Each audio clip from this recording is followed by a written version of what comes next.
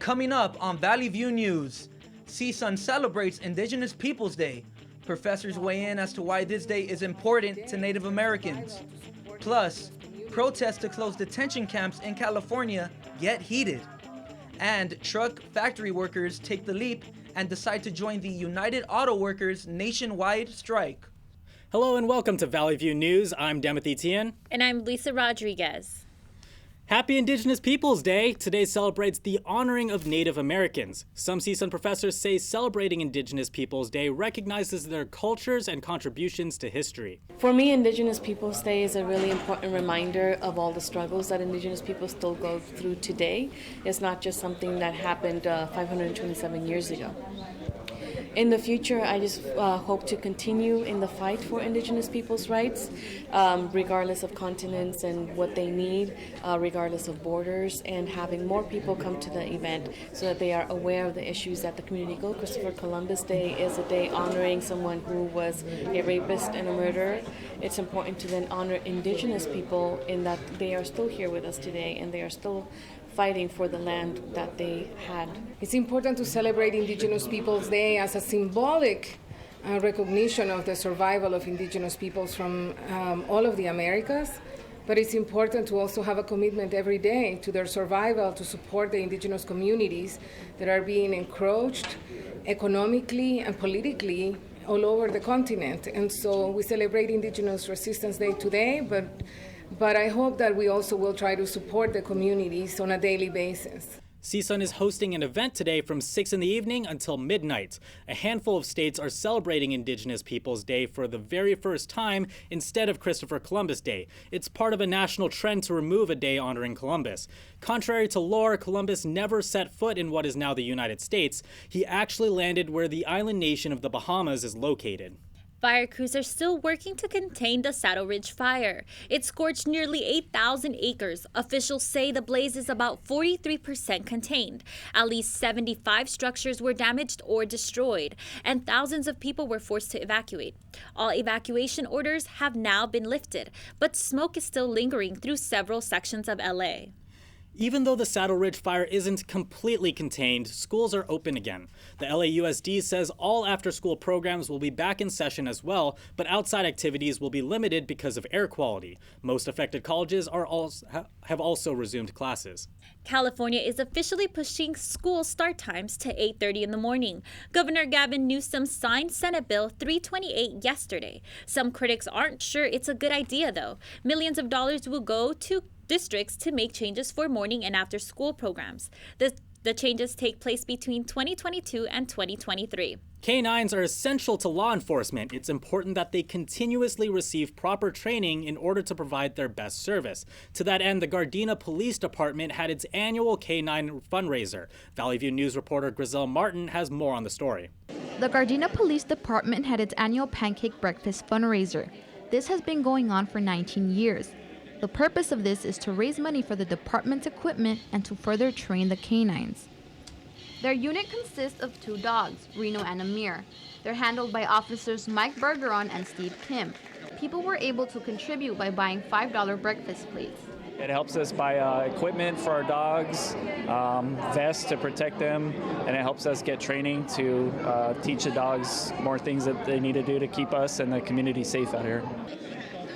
In addition to breakfast, there was also merchandise being sold.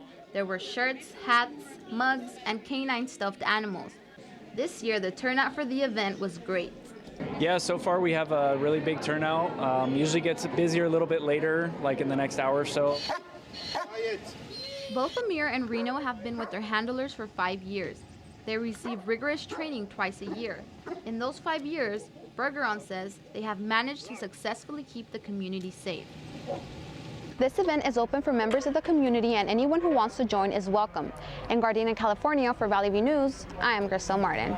School lunch shaming will end in California. Governor Gavin Newsom approved a new law preventing schools from serving alternative lunches to students who haven't paid. It ensures all students receive the meal of their choice.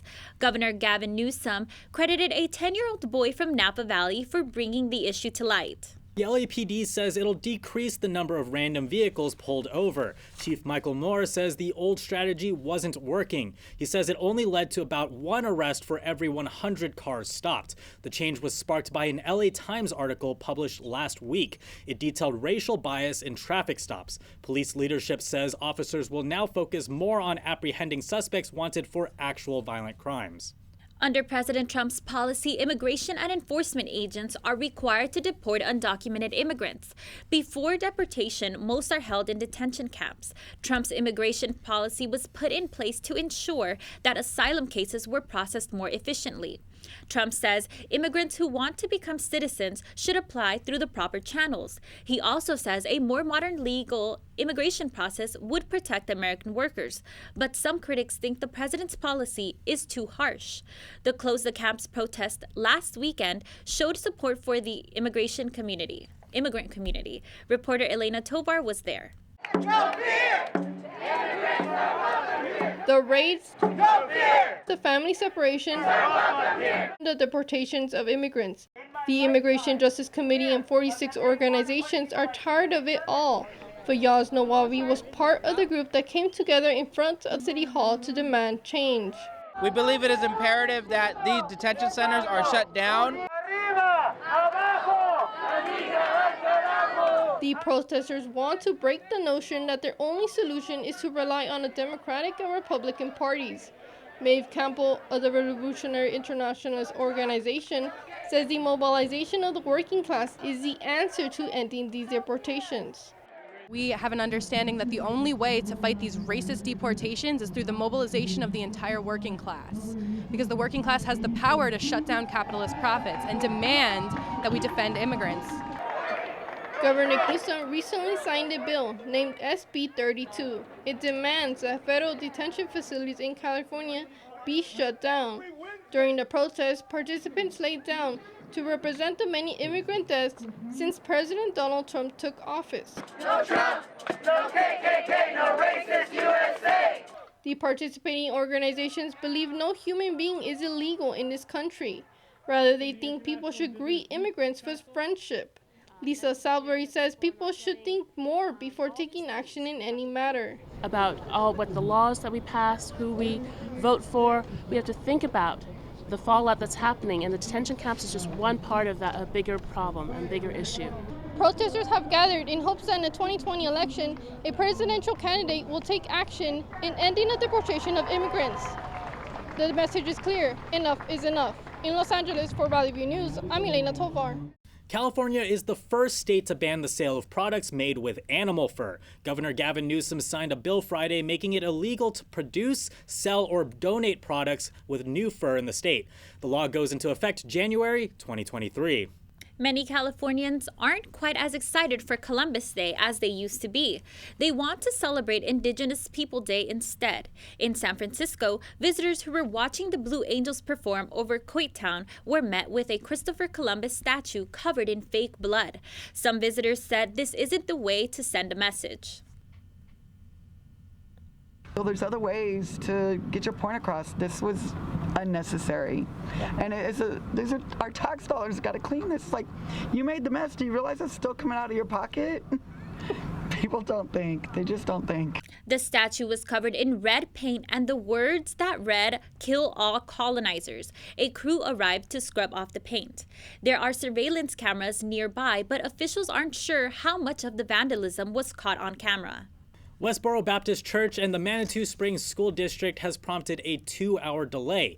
The district's website says this 2-hour delay comes after demonstrators protested Westboro Baptist Church Sunday. Protesters were gathering in front of the church with signs. Love has no gender, compassion has no religion, character has no race. Demonstrators had planned to strike in front of 3 Colorado Springs churches on Sunday before they headed to Manitou Springs High School on Monday. A Maryland police officer was killed early this morning. The officer was responding to a disorderly person in a parking garage and called for backup. The second officer arrived at the scene and found the officer wounded. The officer was rushed to the hospital where he later died. The Montgomery Police Department are still searching for the gunman.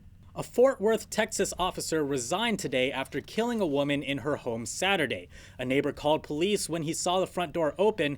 He later regretted making the call. I feel guilty because had I not called the Fort Worth Police Department, my neighbor would still be alive today.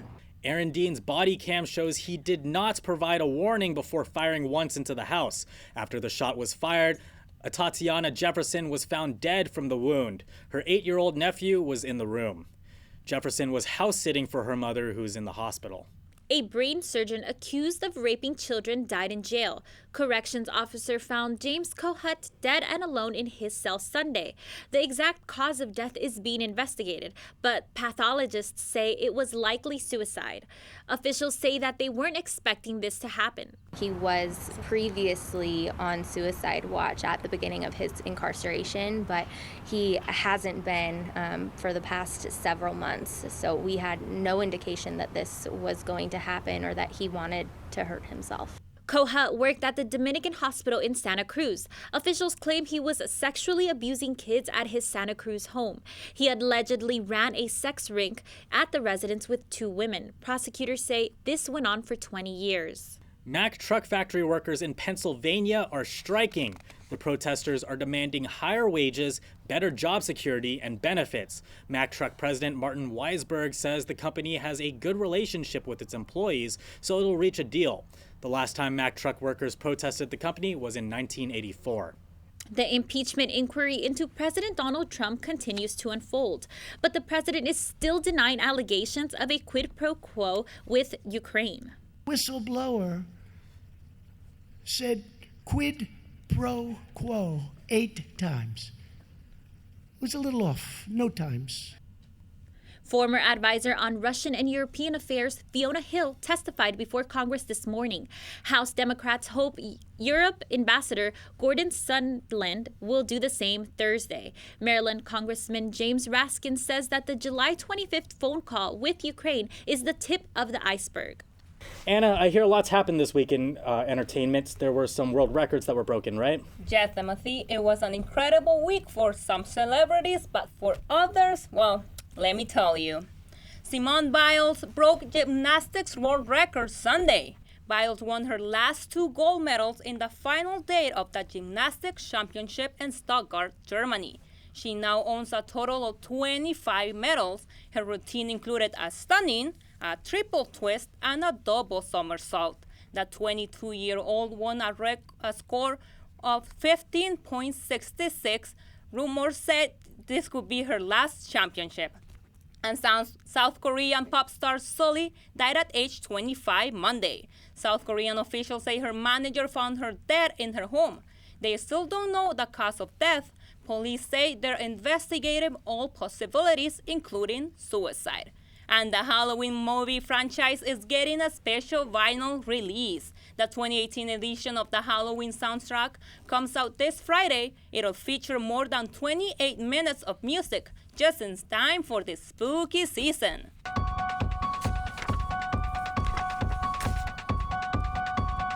A new Halloween movie will be released next year.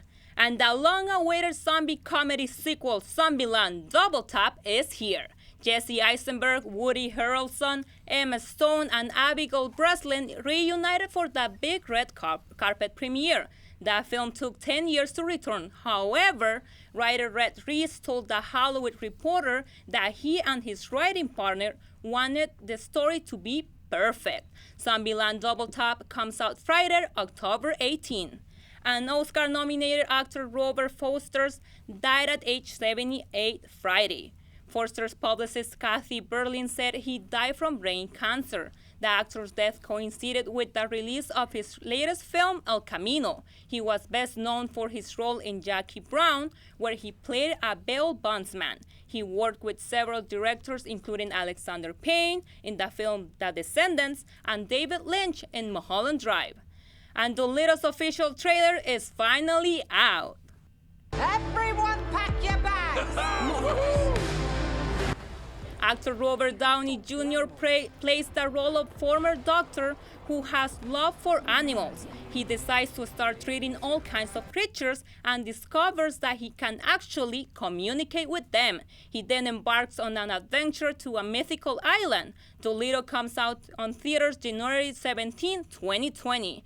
Y el 20 aniversario de los Latin Grammys es el próximo 14 de noviembre. The 20th anniversary of the Latin Grammys Awards is on November 14th. The categories run from Best Album, Album of the Year, Song of the Year, Best New Artist, and many more. The Spanish musicians Alejandro Sanz and Rosalía will be in charge of the opening award ceremony. That's all for your entertainment news. I'm Ana Ramos. Back to you guys. There's a lot happening on campus, Luisa. You're right, Timothy. Let's take a link into this week's headlines.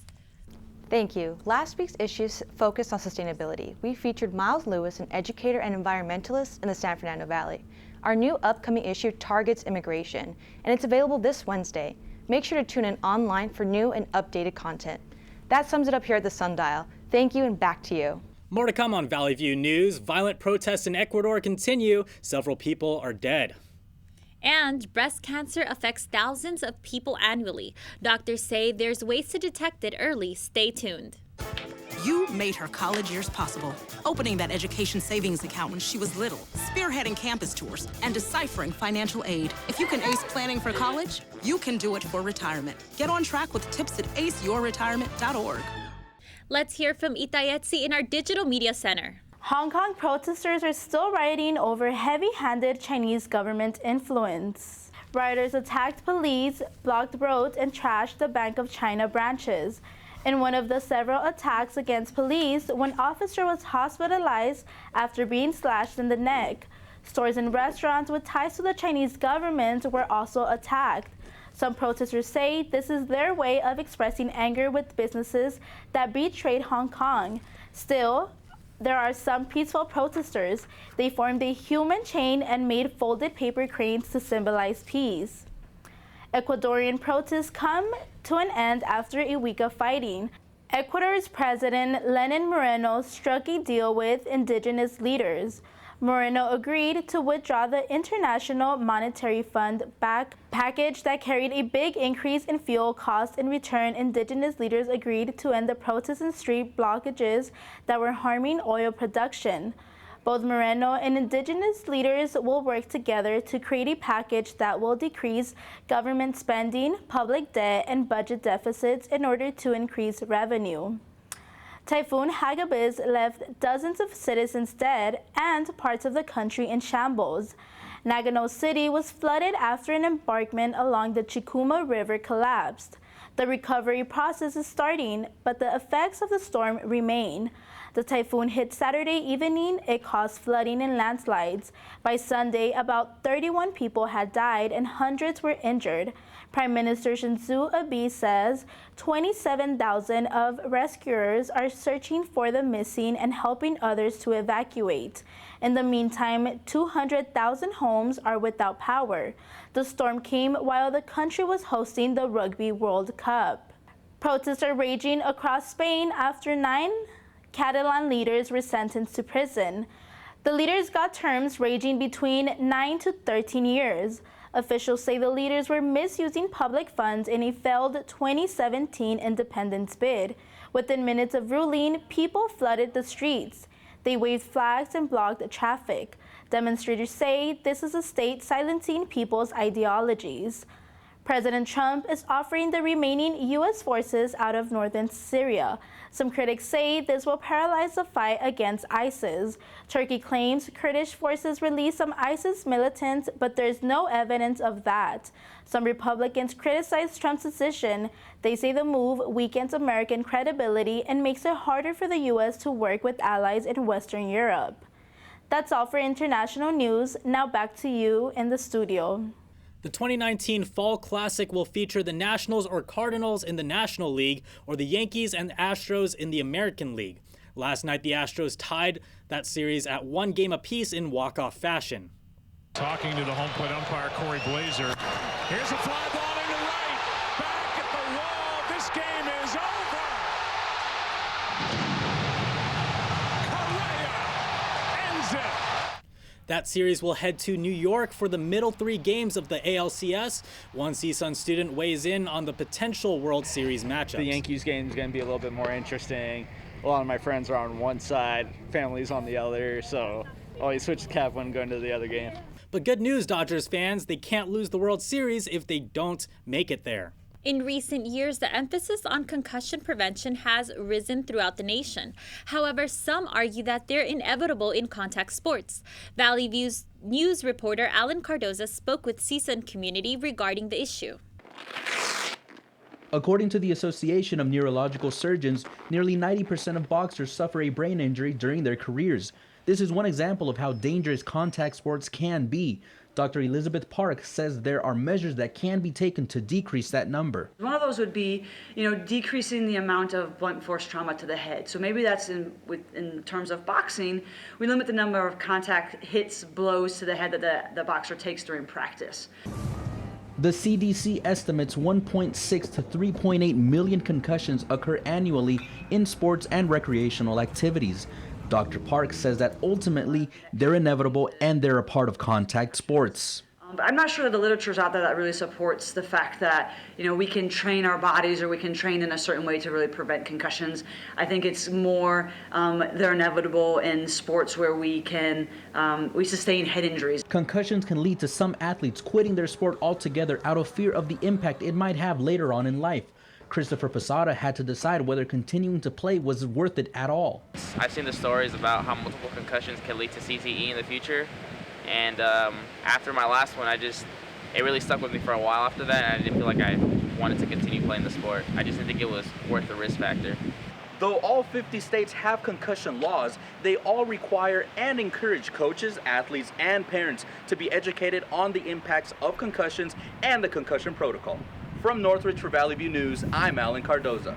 U.S. runner Allison Felix broke Usain Bolt's record for most gold medals. This win is extra special since her 10-month-old daughter watched from the stands. She says it's an important time for women in sports. Felix is the first athlete to win 12 gold medals competing in world championships. Over her entire career, she's won 25 gold medals, and Felix is not stopping. She is looking forward to competing in the 2020 Olympics. October is Breast Cancer Awareness Month. Several health organizations are using this month to educate women about the preventative actions they can take. Studies show that breastfeeding for at least 6 months can reduce the risk of developing breast cancer. The CDC recommends regular exercise, eating healthy, and getting screened by a doctor regularly. Owning a dog might help you live a bit longer. An American Heart Association study shows having a dog reduces your risk of dying by 24%. That can go up to 31% for people who've had a heart attack or stroke. Researchers say dog owners get more exercise and have reduced rates of anxiety and depression. The study used 70 years of global research. A study shows that pregnant women exposed to higher levels of pollution have a higher risk of silent miscarriages in the first trimester. The study was published in the journal Nature Sustainability. The study found that women who lived in places like Beijing with high levels of pollution had greater risk of miscarriage. It also found that particulate matter pollution seemed to have the biggest impact. If you were in the Philadelphia International Airport, you may have been exposed to measles. The Department of Health said last week anyone who visited the airport on October 2nd or 3rd is at risk. But if you have been properly immunized, then the risk is minimal. The department says to be extra wary of symptoms and to continue to contact a healthcare provider. Coming up on Valley View News, Fortnite players are in shock after the game's latest twist. Also, Amazon adds a long-awaited feature to Alexa. Stay with us.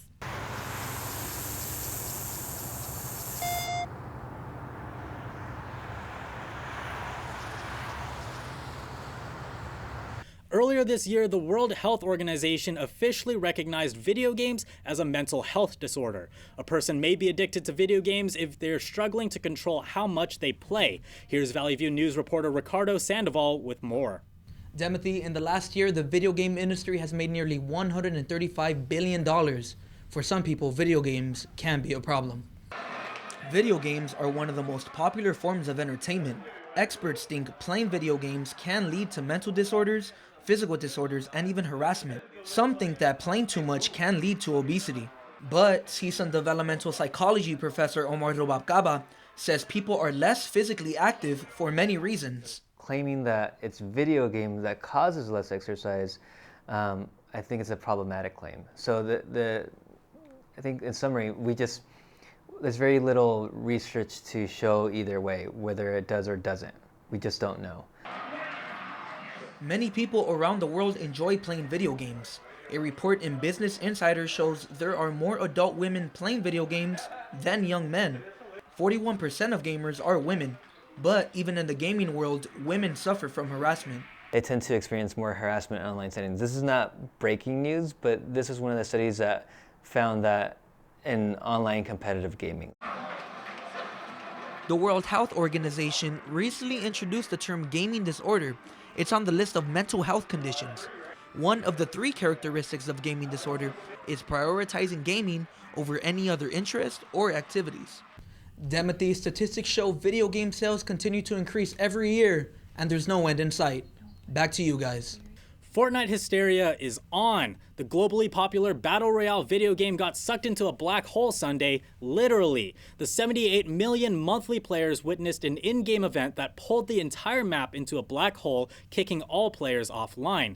Developers released a video this morning hinting that this event signals the next chapter in the Fortnite era. Technology and business is really interesting this week, Luisa. It sure is. Why don't we go to Luis Zuniga for more? Uber laid off more than 300 employees today. The company says this is their third and final phase of layoffs, which started earlier this year. Uber Eats, Performance Marketing, Advanced Technology Group, and Recruiting were affected. The layoffs represent 1% of the company. It came a month after more than 400 employees from its product and engineering teams were laid off. More than 70% of the employees affected were based in the U.S. and Canada. Today, Disney unveiled a huge list of movies and shows to expect on Disney Plus via Twitter. Disney had previously announced the Star Wars TV series, The Mandalorian, as an original release. However, they've also added top Marvel, Pixar, and Lucasfilm titles. The films were announced in chronological order, beginning with Snow White and the Seven Dwarfs and ending with Lady and the Tramp 2. Disney Plus launches November 12th. Alexa is officially bilingual. Amazon says the virtual assistant's second language is now Spanish. The second language is accessible through Echo and Alexa built-in services and can be switched via the Alexa app. The new Spanish language features a new voice along with local knowledge and hundreds of skills. Users are now able to ask questions in Spanish and receive an answer in the same language. Full power has been restored to Northern California. Pacific Gas and Electric shut off power to 700,000 customers because of high winds. However, the company says it still doesn't know the exact number of people affected. PG&E says it tallies individual meters rather than people per households. The company shut off power to prevent sparks from down power lines from starting wildfires. That's it for social media and tech news. Demothy, back to you. Aside from Indigenous Peoples Day, today also marks National Be Bald Day, because we need more national days in our life. Celebrating that naked crown of yours, you can post on social media with the hashtag BeBald and Be Free. Not everyone goes bald from aging. Some people are undergoing medical treatments which leave them with naked scalps. Give them a little extra love today as well. That's all for us at Valley View News. Thank you for watching. I'm Demothy Tien. And I'm Luisa Rodriguez. For news any time of day, go to our website, sundial.csun.edu. See you next week.